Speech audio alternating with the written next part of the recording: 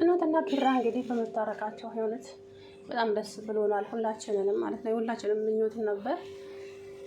እንግዲህ መጨረሻቸውን ፈጣሪ ያሳምርላቸው። በተለይ ኪራ በማያውቀው ነገር በጣም ተሰቃይቶ ነበረ። የእውነት በጣም የተሰቃየ እውነት ለመናገር መጨረሻ ላይ ግን ሀሴትን ልትድረው በመሆኑም ሰማ፣ በዛም ተበሳጨ። ነገር ግን ያው ያንን ነገር ደግሞ እሷ አሁንም አባት ነው እንደዚህ ያለኝ አላለችም። ያለችው እኔ ሙሉ አላደርግህም ብዬ ነው ምናምን። ያው እሷ ደሃ ስለሆነች እሱ የሀብታም ልጅ ስለሆነ እንደውም ማፍቀር ያለበት ደሃ ነው እንዴ። ደሃ ሲሰራ እንጂ ሲያፈቅር አያምርበትም ይላል። ይበቃል። ታውቁታላችሁ አይደለ? እንትን ላይ የሚሰራ ቤቶች ላይ የሚሰራ ነገር ግን ሐሰት ነው። ዳው ስራም እንዳለ ሆኖ ያው ማፍቀርም ያለ ነው። ግን ጽናት ደግሞ እኔ የቤት ሰራተኛ ነኝ ብለሽ ራስሽን አትግደይ። እንደውም ማፍቀርም መወደድም መፈቀርም ያለባት የቤት ሰራተኛ ናት። ምክንያቱም ጀግና ስለሆነች ማለት ነው። እነሱ ያቆሽሹትን እነሱ ያገሙትን እኛን የምናጸዳላቸው አይደል እንዴ? የምር እና ለማንኛውም አሁንም አባት ነው እንደዚህ ያለኝ ብላ አልነገረችውም። ነገር ግን እሷ ያው ጓደኞች እንዳያፍሩብክ ምናምን እንዳይስቁብክ ሰራተኛ አገባክ ብለ ያንን ነገር ነው የነገረችው። ልክ እንደ ባለፈ ጊዜ ማለት ነው። ምክንያቱም እኔ ሙሉ ካላደረኩ ብዬ ነው። ያንን ነገር እኮ ከዚህ በፊትም ተነጋግረንበታል። አዲስ ነገር አላላት።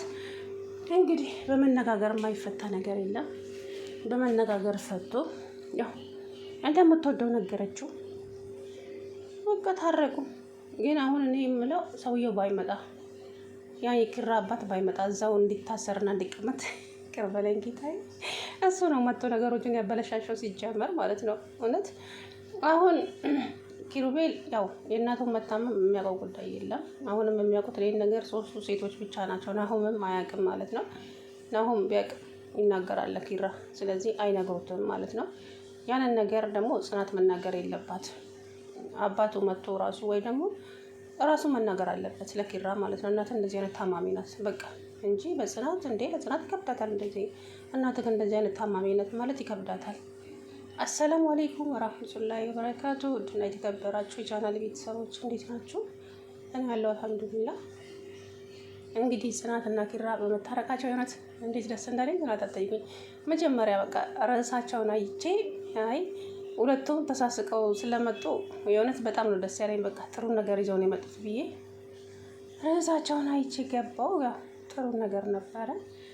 ቅናት ቢያንጨረጭራትም ወይኔ እንዴት እንደሆነች እኮ እብድ እኮ ነው ያለችው ትናንትና። ኪራ እገልሃለሁ አላለችም? ለሌላ ሴት ልድር ይወል ነበር እንዴ? ቆይ ምን ማለት ነው?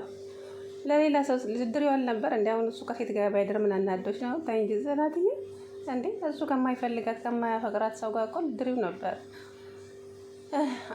በነገራችን ላይ ሴት ቢደረደር ወንድ ቢደረደር ከምታፈቅሩት ውጪ ማንንም ልታዩ አትችሉ። ምክንያቱም ልባችሁ ያለው ልስቁ ልትጫወቱ ትችላላችሁ። ነገር ግን ልባችሁ ያለው እዛ ሰው ጋር እንጂ ምንም። ኪራም ደግሞ ያ ስሜት እሱ ጋር ነው ያለው ማለት ነው። እሱ ጽናትን ነው እንጂ ሌላ ሰው በውስጡ ማንም የለም። እንግዲህ እኔ ትናንትና ናሆሜና ሰናይት የምር በጣም ነው ያሳቁኝ ማለት ነው። ለመናገር በሳቅ ነው ባይን ጭርስ ያደረኩት። ወይ በተለይ ሰኒ ቁጭ ብድግ አለች እኮ። አረ በመድኃኒዓለም አንቺ ልጅ ተረጋጊ እባክሽ ተረጋጊ እንዴ አለናሁ። መሩዬም እንግዲህ እናቱ ወዳታለች፣ የናሆሜ እናት ወዳታለች። መራዊትን የወርቅ ፍልቃቂ ብላታለች። ካለባበሷ ጀምሮ ስርዓቷ በጣም ደስ ይለኛል። እኔ ግን ሱሪ የሚለብስ ሰው አልደግፍም፣ ይቅርታ አድርጉልኝ፣ አልወድም። በቃ እኔ ለጽናት ተሸማቀቅኩኝ የምርነት ለመናገር አሜታ ሳይሆን በቃ ማለት ለሷ በተለይ ከኋላዋ ተሳቅቄ መሞቴስ። እስቲ አሁን ሱሪ ያለበስኩ ምን አስጨነቀኝ እላለሁ። ደግሞ የሆነት በቃ ራሴን እንደዚህ ቀሚሴን 10 ጊዜ እንደዚህ እየሰበሰብኩ እንዴ ምን ሆነሽ ነው ሀያ ትላለህ ማለት ሁሉ ነገሯ ውጪ ነው ያለው። ሁሉ ነገር ይታያል። ያ ነገር ደግሞ ተገቢ አይደለም ለሴት ልጅ ማለት ነው። ስትር ለሴት ልጅ የሚያምርባትና ጽናት ሱሪ ባትለብሺ ደስ ይላል። ቆንጅዬ ሞዴል ነሽ። ቀሚስ በቃ እንደ መራዊት ቆንጆ ቀሚሶች ብትለብሺ በጣም ነው የሚያምርብሽ ብዬ አስባለሁ። እንግዲህ መራዊት የህመሟ ነገር በጣም አሳስቧታል። ናሆም እንዴት ነው? በእኔ አፍሮብኝ ነው ወይ በህመሜ አፍሮ ነው ወይ ነው ፈርቶ ነው? ለእናቱ ለምን አልነገራትም እውነቱን? አምላኬ ሆይ ናሆም ጥሩ ልጅ ነው። አውቃለሁ። ልቡ እንዲሰበር አልፈልግም። ጌታዬ እባክህን እድሜ ጨምርልኝ እያለች እንግዲህ ፈጣሪዋን እየተማጸነች ትገኝናለች። እሱም በቻለው አቅም እሷን ለማስደሰት የማያደርገው ነገር የለም። ፍቅራቸው በጣም ደስ ይላል። የእውነት እንግዲህ ኪራዬ የእነሱን ፍቅር እያየ እሱም እንግዲህ ቅናት አንጨርጭሮት ነበረ። እስኪ ናሆምንና መራዊትን ያቸው አያስቀኑም ሲላት እንግዲህ እሷም ዘላ እንቀራረገችው ዘላ አቅፍ አደረገችው። በዛም ተስማሙ ማለት ነው። ደስ ነው ያለኝ። ግን እንደዛም ሆኖ በደንብ አልተዋጠላትም ነበረ። ከዛ ሰንዬ የተመጣች አዲስ ሀሳብ አመጣችና እስቲ ጽናት እውነት ፍቅሯ አልቋል አላለቀም የሚለውን ለማየት እስኪ አሁን እናያለን ብለው እንግዲህ ናሆሜን ኪራን እነ ናሆሜ ቤት አሳደሩት። ብትደውል አያነሳ።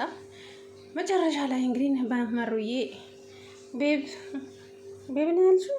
ቤብ ፍቅር ተኝቷል አሁን አለቻት። ድምጿን ቀነሰ። ግን በነገራችን ላይ አሁን እንደው የመራዊትን ድምፅ አታውቅም ሰኒ።